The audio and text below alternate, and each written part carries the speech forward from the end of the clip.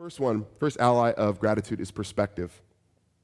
Perspective gives us an idea of who we actually are in our proper standing to God and to others. Who are we? That's what perspective answers. Psalm 106 starts with a praise from God. Look at verse 2 for me. This is a perspective verse. Who can utter the mighty deeds of the Lord or declare all his praise? Does anyone have an answer to that? It's like kind of like asking, how many grains of sand are in my hand? It's impossible to answer. Because even if you had a list and you started to read the list, you would die of old age before you got through them.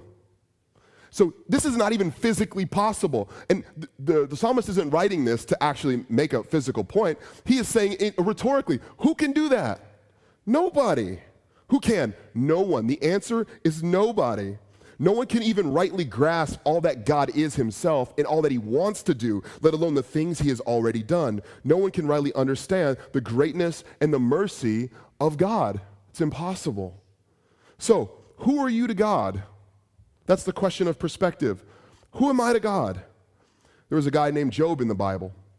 Many of you know who Job is, and Job asked some of the similar questions. He was angry. God had taken away a lot of things. God had allowed bad things to happen to him in his own life. He'd allowed these things. One second, there we go. So he's allowed these things to happen in his life, these bad things. His family was dying. And God finally answers him and says, Job, let me ask you a question. Where were you when I laid the foundations of the planet? I'm thinking through it, and I'm like, okay, I remember there was a bunch of water and space, and eventually I created some animals, but I'm like, I don't remember Job anywhere. Like, oh, that's right, you weren't there, because I created you too, way later. God's giving him a perspective. He said, where were you when I held the water against the planet so it didn't spill into outer space? Where were you when I was doing that? And I'm doing it right now. Where were you when I held the ocean like this? Job, where were you? So perhaps your 25-pound brain doesn't or 3-pound brain, 25-year-old body doesn't understand. Man, if you have a 25-pound brain, you are in trouble.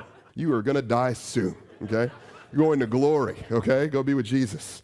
Anyway, this is what God is doing. He's giving us perspective. God is much larger of a person than we can even comprehend, even if you have a 25-pound brain. God acts exceed our very comprehension, but this shouldn't paralyze us into confusion. It should mobilize us into gratitude. That's what should happen.